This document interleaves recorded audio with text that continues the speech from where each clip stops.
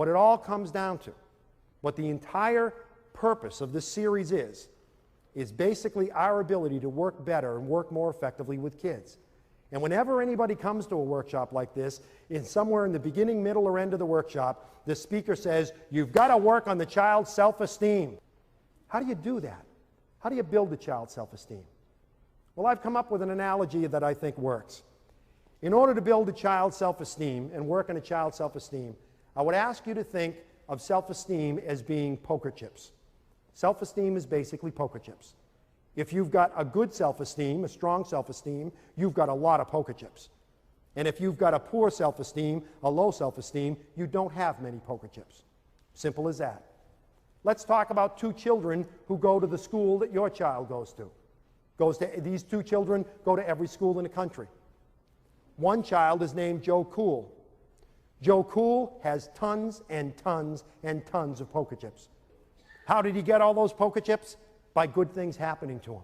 When good things happen to you, you get poker chips. Captain of the football team, he has 10,000 poker chips. Voted king of the homecoming dance, he has 15,000 poker chips. Get your picture in a paper for scoring the winning touchdown, he has 12,000 poker chips. This kid's got millions and millions of poker chips. He's had a charmed life, God bless him. He feels great about himself, and he should. Now, you also lose poker chips when bad things happen to you. You go to the prom, Joe Cool goes to the prom with the best-looking girl on campus, 20,000 poker chips. Prom night comes, he's got a pimple on the end of his nose. He loses 3,000 poker chips, but he still has a net gain of 17,000 poker chips. He's still 17,000 poker chips ahead. And this kid goes to school every day with his baskets and bags full of poker chips.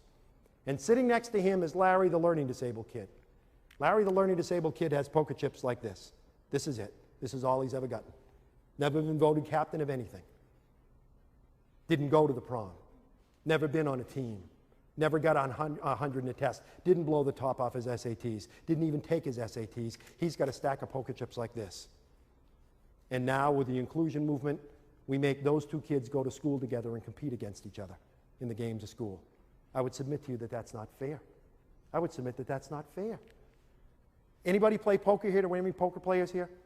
Sir, Chris, could you join me up here? Would you mind? Suppose, Chris, I were to ask you if you wanted to play poker. And I said, Chris, here's basically the deal. You're going to have this many poker chips, okay? I'm going to have, here you go, I'm going to have all the poker chips in the Western world. I have basically 10 million poker chips back there. I'm going to play poker against you. What would be your first response? Would you want to play? I don't think so. Okay, his first response would be, I don't want to play. What do we think the learning disabled kid is saying to us when he says, I don't want to go to school today, Ma? Don't make me go. I got one of those stomach aches again, Ma. Don't make me go. Please don't make me go to school today. What's he saying to you? He's saying, I don't have enough chips to get in the game. I don't have enough chips. Don't make me play this game. But we say to him, you got to play. The law says you've got to play. You've got to go to school. So I say to you, Chris, you've got to play poker with me. You're going to have that many chips, and I have bundles and bundles of chips back there. How would you play, Chris? Would you play conservatively, or would you play recklessly? Probably reckless. Probably recklessly. He would be one of those that would say, I'll bet the whole thing. I don't care. That's what the learning disabled kid that's what the learning disabled kid says when he says, sure, I can walk along the edge of that building. Sure, I can try dope. Sure, I can join a group, a gang. Sure, I can do that. In other words, I'm just going to be spontaneous and do anything. I'm just going to bet the whole thing. I don't care. I'll just bet the whole thing. Would any of you play conservatively? Yeah, some people are saying, I play conservatively. I just bet one chip at a time. That's what the kid with a learning disability is saying to you when he says, no, I don't want to ask anybody to the dance. Don't ask me to, Ma. I don't want to put anything in the science fair. I don't want to go to summer school. I'm going to take the chips that I've got, and I'm going to hold on tight to those, and I'm not going to let these go. And in school, we make these two kids play the game of school against each other, and I would submit to you that that's not fair. So in class, the first day, we're in class one day, and the teacher says, who was the president of the United States during the Civil War? And Joe Cool's sitting there, and he's saying, I think it was Calvin Coolidge, but I'm not sure. Well, what the heck? I've got 10 million poker chips. If I get this answer wrong, it's only going to cost me 5. Was it Calvin Coolidge? Teacher says, no. Larry, the learning disabled kid, is sitting there, and he's looking at this little stack of poker chips. He's got 25 poker chips to his name. And he's thinking, I think the answer is Abraham Lincoln. I think the answer is Abraham Lincoln, but I just don't dare answer. I don't dare respond because I have another game I've got to play at lunch. You see, yesterday when I went to lunch, I gave the lunch lady, the one with the hairnet and the tattoo, I gave the lunch lady a $20 bill, and she only gave me change for a 10. And my father said, don't you come back without that extra $10. You go to that lady and you tell her she gave you the wrong change. And he's thinking, that's going to take me 25 chips. It's going to take 25 chips for me to go and ask that lady for my money back.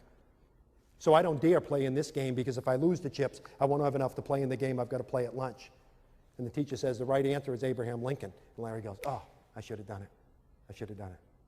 The reality is that the self-esteem of our kids, the problem with the self-esteem of our kids is they just don't have enough poker chips. The solution is to give them poker chips. How do you give kids poker chips? How do you build their self-esteem? One is, you find, if you're a parent or you're a teacher, you find the island, what Bob Brooks calls the island of competence. You find the one thing that child can do well, and you make a big deal out of that. You celebrate that. You make that very important. If you're a mom and the only thing your child knows how to do is use a Phillips head screwdriver, every Thursday before he gets off the bus, you loosen every bloody screw in the house. And when he gets off the bus, you give him the screwdriver and you say, go to it, pal, because nobody does it like you. You got to be a talent scout. You got to find things he does well. You got to find, because every time you praise a child, every time you say, that was a good job, you're giving him poker chips. Parenting is pretty simple. Being a teacher is pretty simple. It all comes down to this. Your job is to make sure that every child you deal with has more poker chips when he goes to bed that night than he or she had when they got up in the morning. That's it. It's that simple. And how do you make sure they have poker chips? You give as many poker chips as possible. Secondly, you take away only as many poker chips as necessary. Please listen to me, dads, because we dads are real good at this. Let's say that Chris is my son. And Chris is sitting in class, sitting at the dinner table. I want to cup your hands like that for me, Chris. Chris is sitting at the dinner table, and he's got that many poker chips. He's got that many chips. And we're sitting at the dinner table, and Chris spills his milk. And I say, you know, Chris, sometimes you make me sick. You know, do you get up at 5 o'clock in the morning and say, how can I spoil Dad's day? Is that what your problem is? You're the only one in the family who does this. Sometimes I even wonder why we have you in this family. Go to your room. And he goes up to his room. And the rest of the family's sitting there, oh boy, oh boy. And I sit there and I think, oh boy, that was pretty rough. It was pretty rough on old Chris. That's pretty tough on Chris. I wasn't really mad at Chris. I was mad at my secretary. So I should go apologize to him. So I go up and I sit in the edge of Chris's bed and I stroke his hair and I say, gee, Chris, I'm sorry, pal. I shouldn't have yelled at you that way. I shouldn't have yelled at you that way. That was wrong. That won't happen again. Sorry, Dad. Sorry, Dad. Yelling at him in front of the family, telling him you wish he wasn't in the family. Asking him if he plans how to spoil your day, telling him you're basically sick of seeing him when you come home from work. You took away 50, 60,000 poker chips from him. Sit in the edge of his bed, stroke his hair, tell him you love him. 5,000 poker chips at the most. You're still 55,000 poker chips behind the 8 ball. You can't do that with our kids. You can't take away those massive number of poker chips without realizing that you're making your job as a parent much tougher. And lastly, you got to give as many as you can. Take away only what's necessary. And lastly, you've got to be willing to go to the mat with people who take poker chips away from your child and not give any back. Teachers take away chips. Bus drivers take away chips. Principals take away chips. But most of us also give chips back. And if you take poker chips away from a kid, but then give some back, that's okay. There's a lot of people in your child's life who play that role. But the bottom line is, if there's someone in your child's life who is taking poker chips away and not giving any back, they're making your life much tougher. When are we going to deal with this? That's what advocacy means.